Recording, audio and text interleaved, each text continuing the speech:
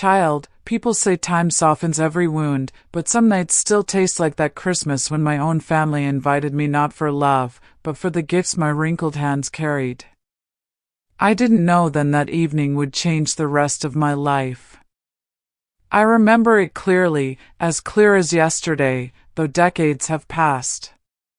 My hands shook a little from age when I buttoned my old red sweater, the same one I knitted when my Jason was a boy of 8. He used to tug at its threads, sit beside me while I told him bedtime tales, and promise he would take care of me when I grew old. Funny how promises made with milk teeth do not always survive into adulthood. That evening, winter air tasted like pine and memory. I walked slowly up the pathway to their house, clutching a small silver-wrapped box. Street after street glowed with warm lights, but I felt like a guest in a world that no longer remembered I existed. Jason's home was the brightest, tall trees shining through curtains, garlands hanging like jewelry. It looked like the sort of house people photograph, not the kind meant to hold family in its arms. Inside, I heard laughter first, loud, polished, hollow. Glasses clinking.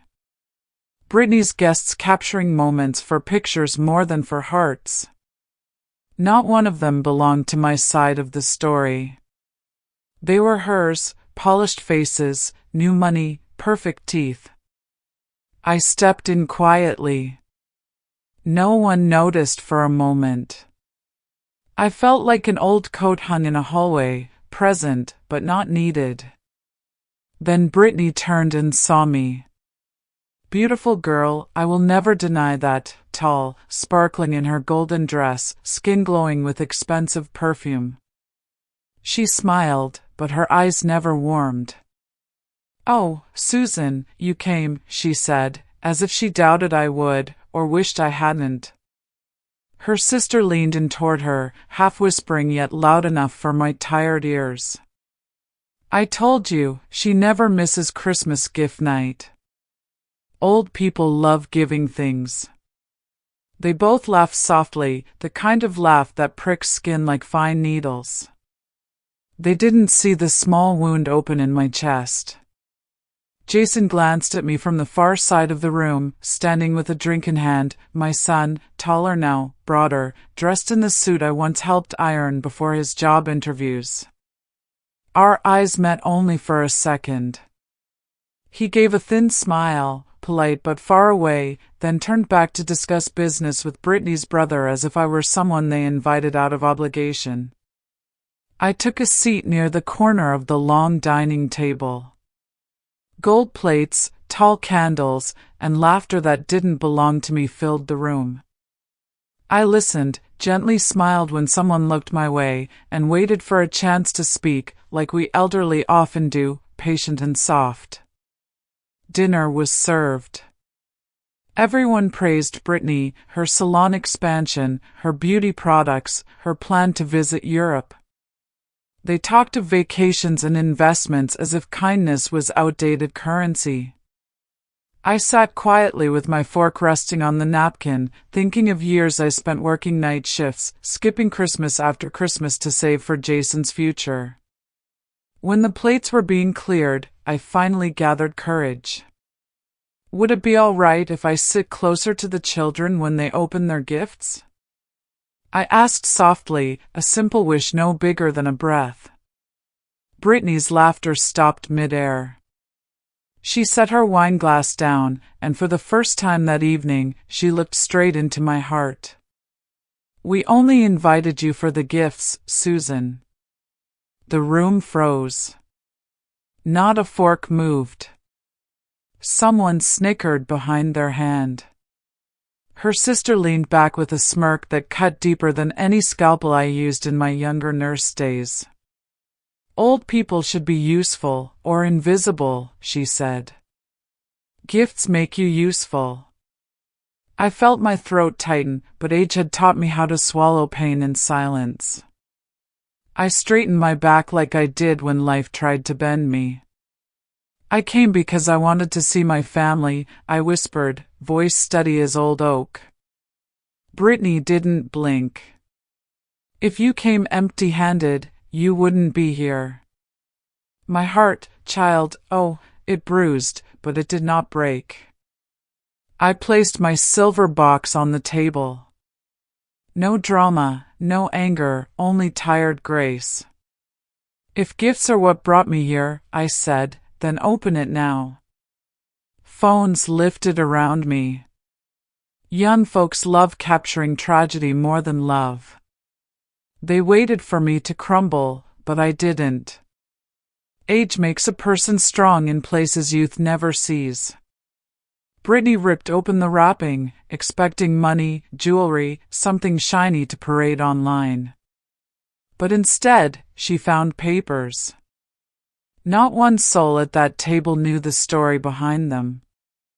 Because a week before that night, I stood in a grocery store, buying eggs and onions. Ordinary things. When I swiped my card, it declined once, twice. The cashier smiled kindly, thinking I had made a mistake. But I knew my balance. I had $75,000 saved over years, settlement money from my late husband's accident and the small plot we sold years later. I kept it untouched for emergencies, for old age, for my funeral even, so Jason wouldn't have to pay. I walked home slowly that night, trembling but determined. At the kitchen table, the same one I still sit at today, I turned on my laptop. My old fingers are slow, but memory sharper than they thought. I logged into my account. And my heart dropped. Transactions I never made. Thousands. Spa equipment. Luxury furniture. Salon expenses. A European booking. All under Brittany's business name. The room blurred. I sat there, old eyes reading line after line, each hurting more than the last. I called Brittany that evening, not with anger, only confusion in my voice. Her answer? She laughed. You're old, Susan. Maybe you forgot. You should let us manage your money, you're not as sharp as you think. Jason's voice in the background, weary, embarrassed, Mom, you do forget things lately. Forgetful. That word, oh, it cut deeper than the theft. They weren't just stealing money. They were stealing my mind. My dignity. My voice. That night, under the dim kitchen lamp, I printed every bank statement. Circled dates. Wrote amounts in my nurse handwriting, neat and controlled. My fingers trembled only once, when I realized my own son might believe I was losing myself. I was 72, not senile. They thought age made me weak. They forgot age also sharpens wisdom. Back at Christmas dinner, Brittany stared into that box, confused as the room leaned forward like hungry mirrors. She expected gold, she found proof. Proof I had gathered quietly, painfully, deliberately. Her face drained of color. Jason's smile faded. A hush fell like snow. And child, that night. That was only the beginning. Before anyone at that table knew the storm coming, I had already visited a lawyer, because I learned they took more than money, they forged my signature to take my freedom next. You might think losing money was the worst of it, child, but what they tried to take next was far greater. They wanted my name, my freedom, my very right to live as myself. And it was then I learned, betrayal doesn't always come with shouting. Sometimes it arrives dressed as family. After that night at the grocery store, I didn't sleep. I kept thinking, how could Brittany know my PIN? How had she accessed my account? Did I drop my wallet? Did I tell her unknowingly? The mind of an old woman becomes a courtroom when trust cracks. Every memory becomes evidence or doubt. I sat by the window that night, watching the moon pull its silver thread across the sky, and I remembered moments I hadn't paid attention to before. Moments that now returned like ghosts tapping on my shoulder. Brittany offering to help me with my debit card because my hands trembled. Brittany taking my purse to the hallway to find something. Brittany saying, "Let me enter the PIN, your eyesight is so weak." I saw those memories clearly now, not as kindness, but opportunity. The next morning, I brewed tea strong enough to wake courage inside me. I pulled up my old reading glasses and opened the printed statements once more. 98 pages of transactions. My savings leaking away one swipe at a time, while I was home knitting sweaters and warming leftovers. I wasn't angry then. No. Anger is loud, what I felt was silent, deep, like winter soil before the storm. It's the kind of feeling that makes a woman who has been quiet all her life finally stand up straight. I decided I would not confront them with words. Words can be twisted, ignored, or softened. I needed something strong, something the law could not turn away from. First, I called the bank. The young woman on the line spoke slowly, like she thought my bones were made of glass. "Mrs. Groves, all purchases were made using the correct PIN. Are you sure you didn't authorize these?" "Sure. Child, I have counted heartbeats in emergency rooms. I know memory like I know my own breath. I never authorized a single purchase." She continued politely, too politely, suggesting maybe I forgot. Maybe I shared my card. Maybe I was confused. Old age, that's where they place blame when they want to hide theft under comfort. I thanked her, hung up the phone, and felt my spine straighten. If the world believed older women forget easily, then I would prove I remembered everything. 2 days later, I visited a lawyer. Not a fancy one. Just a small office tucked between a bakery and a thrift shop. A widow like me had recommended her earlier. She fights for elders, she had whispered, like sharing a secret. Inside, the office smelled of paper and peppermint. A woman named Marlene sat behind a wooden desk, hair silver like mine, eyes sharp like a needle threader. She didn't speak over me. She didn't rush me. She listened, truly listened, as I poured out the story with documents spread like torn pieces of my trust. When I showed her the statements, she leaned closer. When I explained how Brittany handled my card, her brows tightened. But when I mentioned Jason agreeing to her words, saying I forgot, something in her eyes hardened. "This isn't just theft," she said. "This is elder exploitation." I felt tears sting, not from sadness, from relief that someone finally named it. She reached across the table and held my hand gently. "We will start by revoking any financial authority they may have assumed," she said. "But first, I must ask, do you recall signing any power of attorney forms?" Power of attorney. The words felt heavy, unfamiliar. "No," I said slowly. "Never." "Why would I give them that?"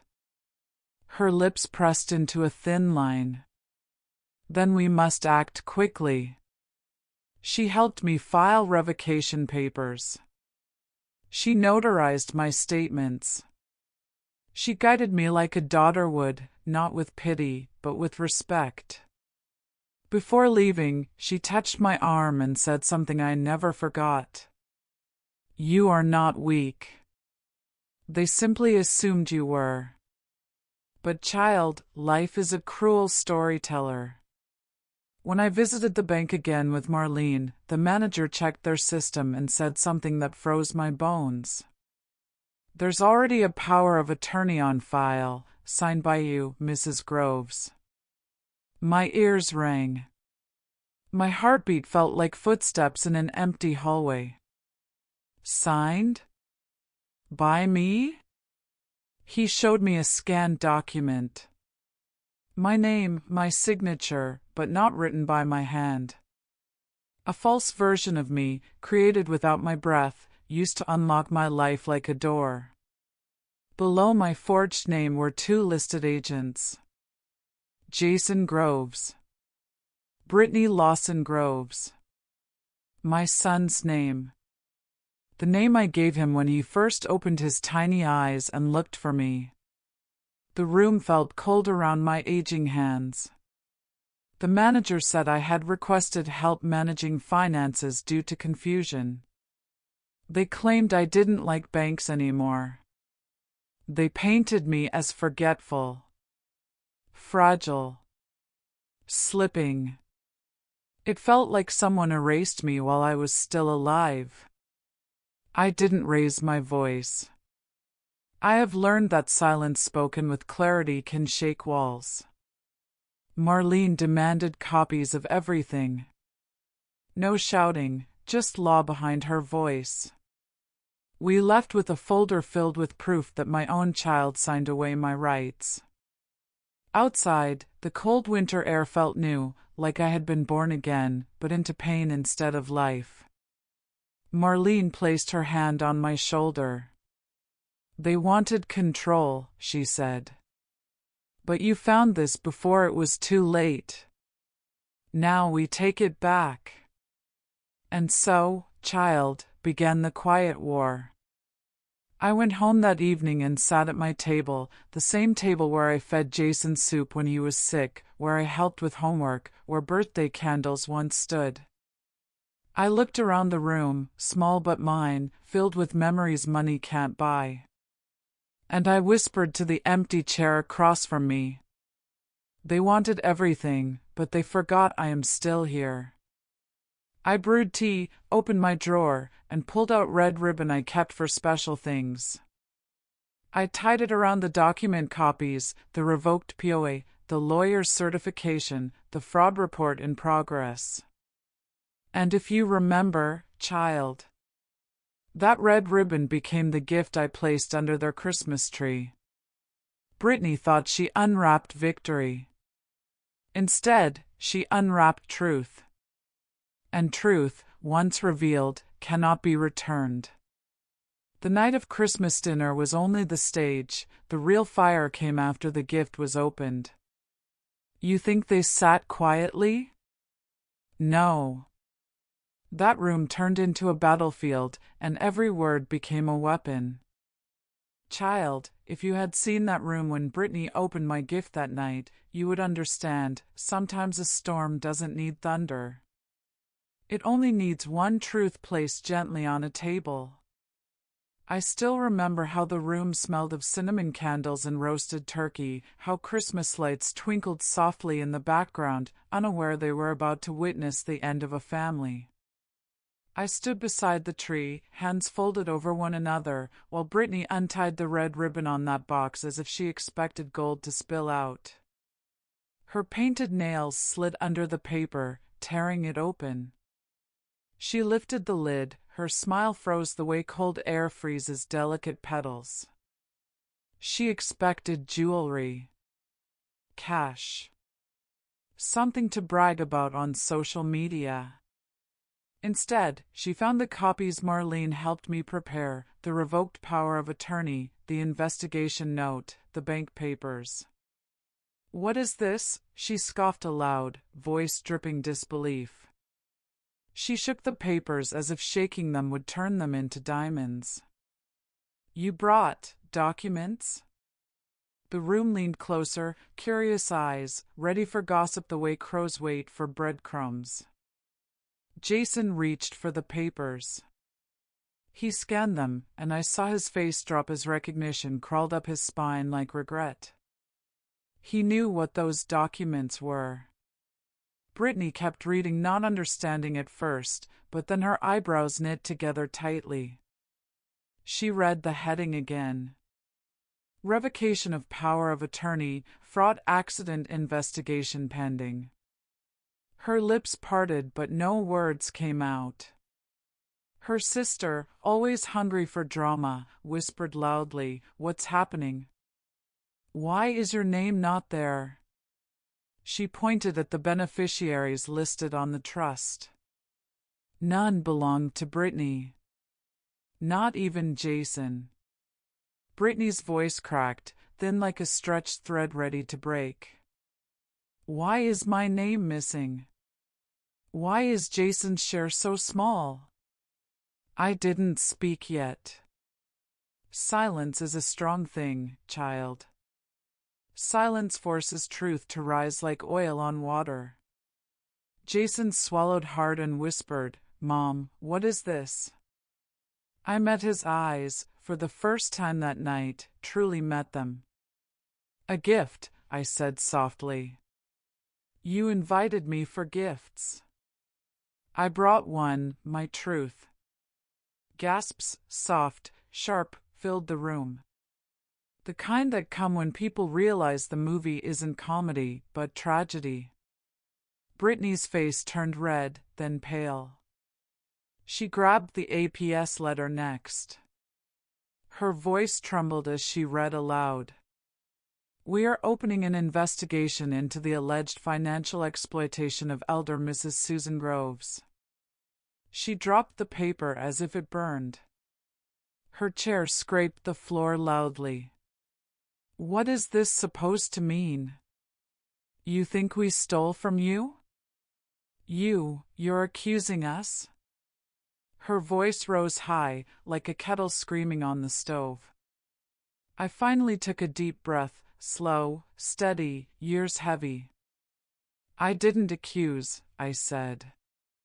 "I proved." Phones were lowered now. No one dared record anymore. Truth isn't entertaining when it cuts close to home. "You used my card," I continued, voice gentle but unshakable. "You forged my signature. You planned to put me in a care home. Not because I'm ill, but because I have savings you wanted." Jason's glass slipped from his hand, shattered on the tile floor. Perhaps it symbolized his entire facade, breaking. "And Mom, that's not, we were trying to help," he stuttered, but Brittany snapped before he could finish. "Oh, don't act innocent," she spat at him, surprising even me. "You told me she was forgetful. You said she wouldn't notice. You said she's old." The room gasped again. Her words landed like stones thrown at her own window. Cracks appeared, in her voice, in her marriage, in the image she painted of herself. Jason stared at her, betrayed by truth slipping from her mouth too fast. "I told you to manage things responsibly, not drain her account," he yelled. "You signed the witness line." Brittany screamed back. "You said it would make things easier." There it was, truth unfiltered. People often show their real face when cornered. Brittany showed hers like fire explodes from a broken lantern. Guests exchanged shocked glances. Some looked away, uncomfortable, as if witnessing a crime they never signed up to see. One of Brittany's aunts whispered, "Did they really forge papers?" Jason's mother-in-law covered her mouth, pale as winter milk. Brittany slammed her fist on the table, rattling plates and hearts. That money was going to build our future. She doesn't need it. She's old. She could die any year. My heart didn't break at those words. Not after all I had endured. Instead, a quiet strength filled me, the kind only time and pain can grow. I remembered bathing Jason as a child, holding his hand when fevers burned, working double shifts in the ER so he could have shoes like other kids. I remembered skipping meals so he could eat. And now, I was simply a wallet with wrinkles. But child, I did not cry. Not anymore. I reached calmly into my purse and placed one last document on the table. This, I said, is the APS intake summary. It names both of you. If you are innocent, the investigation will show it.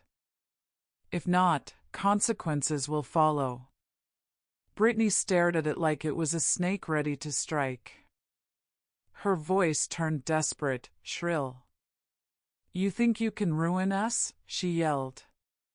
You think you can stand against us? I stood slowly, steady as an old tree that has survived storms bigger than this one. I am not ruining you, I said quietly. You ruined yourselves when you chose greed over love. I merely stopped you from doing more. Jason's shoulders fell, heavy, defeated. He wasn't angry anymore. He was small. He whispered something broken. Mom, please. But child, love is not blind after betrayal. Love learns eventually when to close the door gently.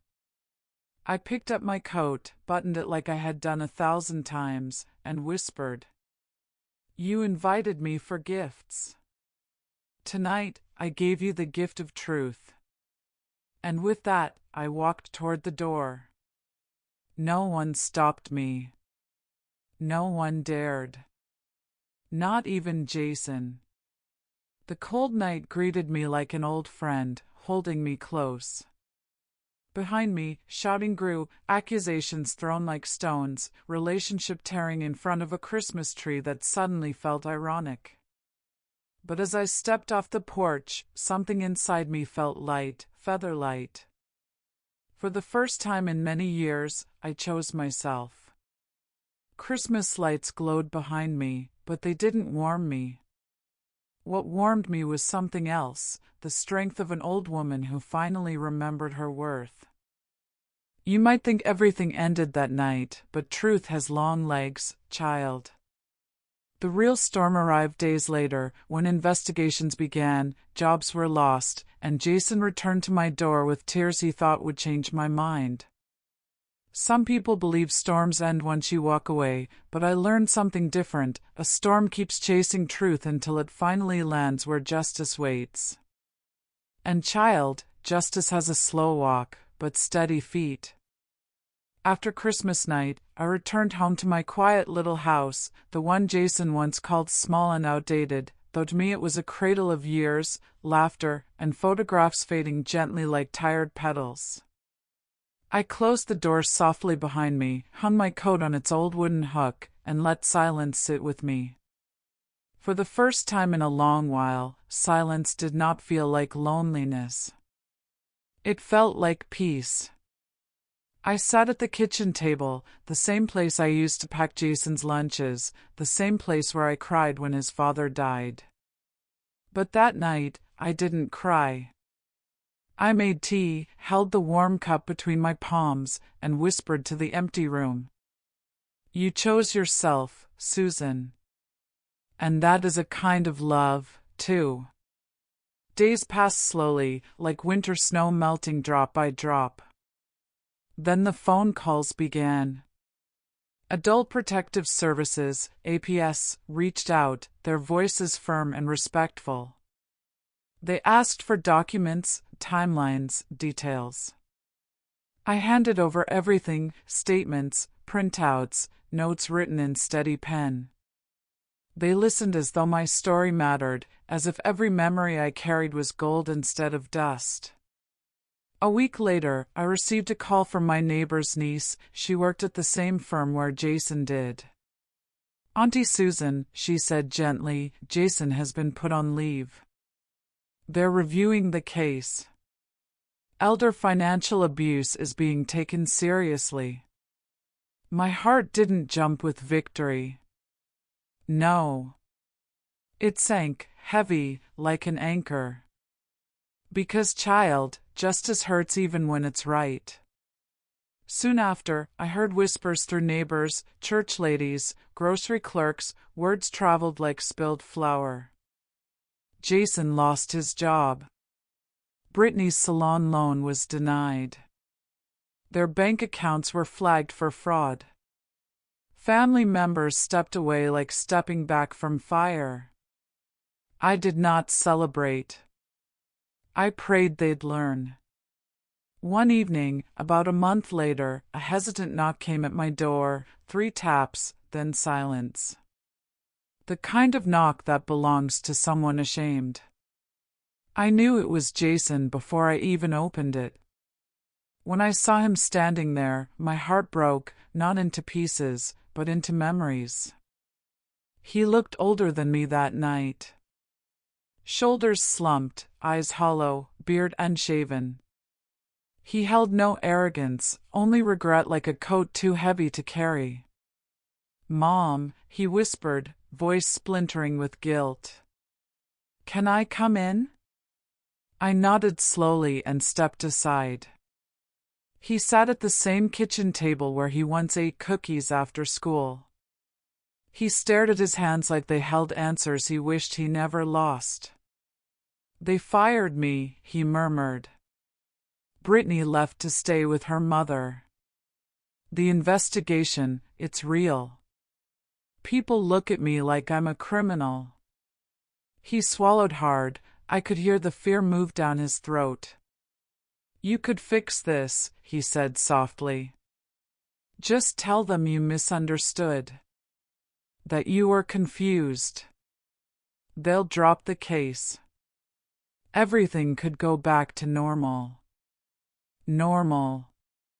Ah, that word. Normal, where they took my money quietly. Normal, where I aged like furniture, only noticed when needed.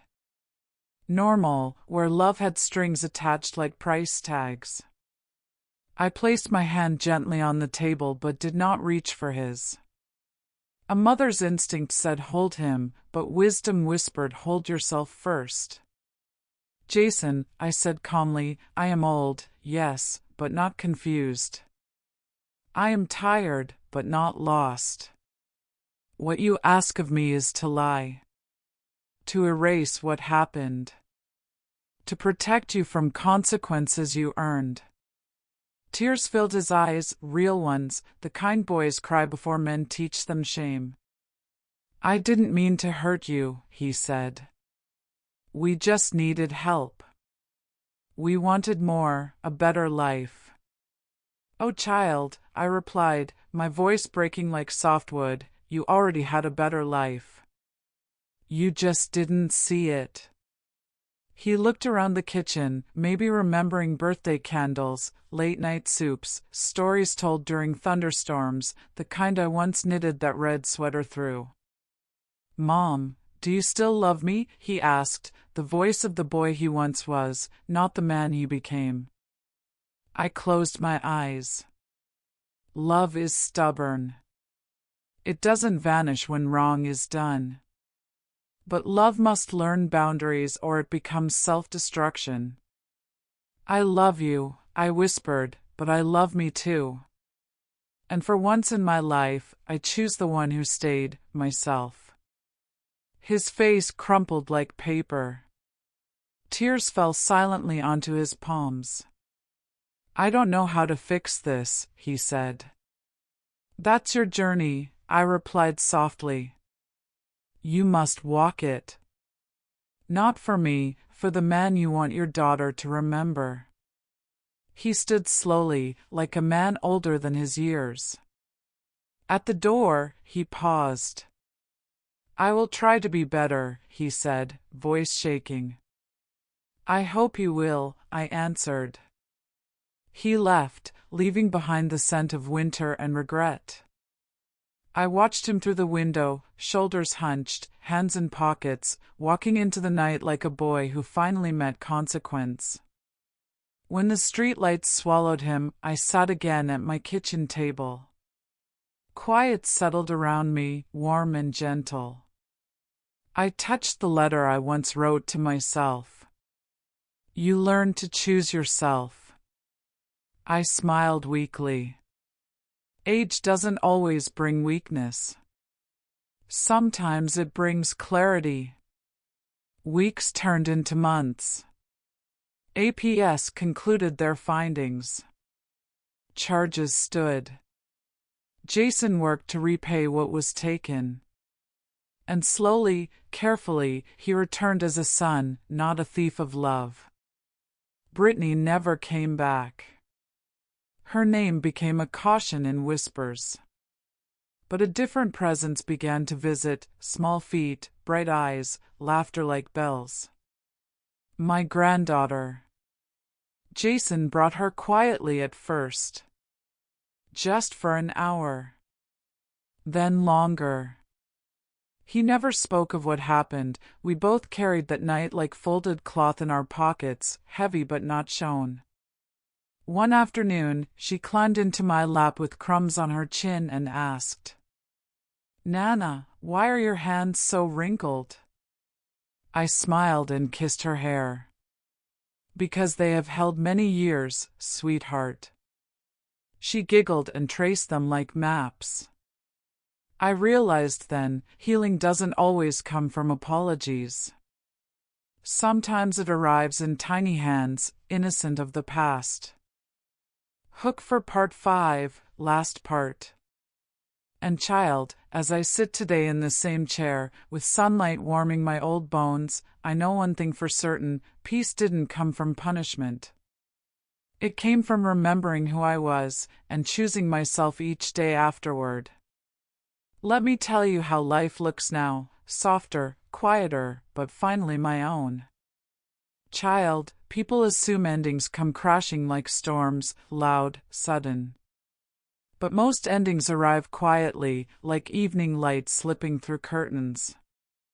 Mine came not with revenge, but with peace I earned slowly, one breath, one morning, one cup of tea at a time. Years have passed since that Christmas evening, many winters, many springs. The anger in my chest that once burned like coal has cooled into ash, soft and harmless.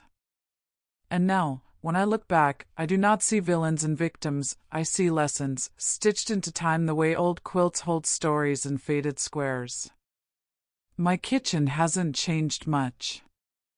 The clock still ticks with the same stubborn rhythm. My wooden chair still creaks beneath my weight, loyal like an old friend. The curtains flutter when the wind passes, as if the house itself breathes along with me. I sit here most mornings with tea warming my hands, watching sunbeams crawl across the table like curious children. On that same table rests a photograph of my husband, Thomas, smiling with those gentle eyes. Next to it lies an envelope holding my trust papers and a letter I wrote to myself long ago, a reminder that even a woman with silver hair has the right to protect her heart. Sometimes I open that letter when mornings feel heavy. It took you 72 years, I wrote, but you learned you were worth defending.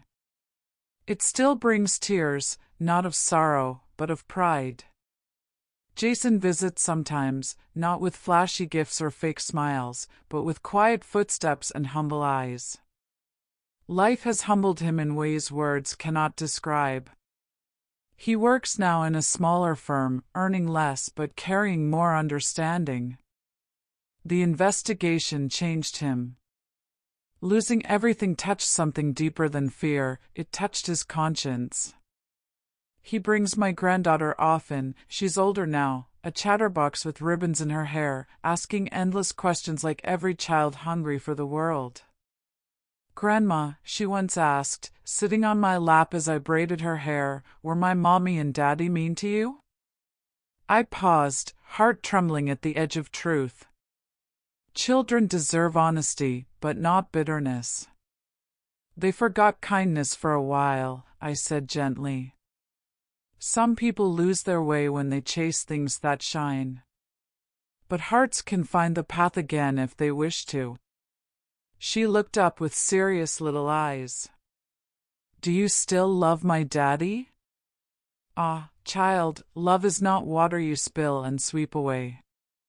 Love sinks into soil and stays, even when the garden goes wild. Yes, I whispered, but I learned to love myself too. She hugged me so tightly I felt my ribs smile. There are evenings when Jason sits at this table with me after putting her to bed. We don't speak of that Christmas, we speak of simple things. Work. Weather. Memories. He laughs more softly now, with gratitude instead of ego. Sometimes his eyes fill with regret, but I touch his hand gently. Forgiveness is not given in words, but in presence. He brings groceries without asking now. Fixes my porch light. Changes the batteries in the smoke detector. Small acts, but love often comes back in fragments, not bouquets. We do not need to rewrite the past, only walk differently into the future. As for Brittany, life carried her down a separate road. I hear pieces through distant whispers. She remarried once, then again. Success came and went like tides. Maybe she changed. Maybe she didn't. But I no longer hold space for bitterness. Forgiveness does not mean welcoming someone back. It means no longer carrying their shadow inside your heart. I pray she finds growth. Not for her, but for the woman I became when I let anger go. One afternoon last spring, Jason stood at my door with tears in his eyes, not from guilt this time, but gratitude. Mom, he said quietly, thank you for not hating me. I cupped his face gently like I used to when he was little. Hate ages the heart faster than time ever will, I told him. I did not stop loving you. I just stopped letting you hurt me. He cried in my arms, not as a grown man, but like my boy who used to run to me after falling from his bicycle. And child, something inside both of us healed that day, not fully, but enough. Healing is not sudden. It is not loud. It comes like spring, slowly, tenderly, after a long winter. Now, as I reach the dusk of my life, I sit on my porch in the evening and watch my granddaughter chase fireflies just like Jason once did. The air smells of jasmine and old memories. Neighbors wave, birds sing, and peace sits beside me like an old cat, comfortable, warm, unbothered. I sometimes think of that Christmas, of red ribbon, broken trust, and papers laid bare. If I had stayed silent, I might be locked away in a memory care ward, forgotten like furniture in a dusty attic. But I spoke, not with anger, but with truth. And truth saved me. Age does not make us weak, child. Silence does. When the world begins to treat you as if you have already faded, speak. When someone tries to shrink your worth, stand. Even with shaking hands, stand. Because the strongest people I've known are old women with tired bones and unbroken spirits. So if your heart ever feels small, remember my story. Not because it is grand, but because it shows where love ends and self-respect begins. I do not have gold. I do not have youth. But I have peace, and peace, child, is the richest inheritance one can leave behind. And as long as breath lives in me, I will sit here with the sun warming my wrinkles, my teacup by my side, and a seat saved for anyone who comes with love instead of expectation. Because in the end, the greatest gift I ever gave was the truth. And the greatest gift I kept was myself.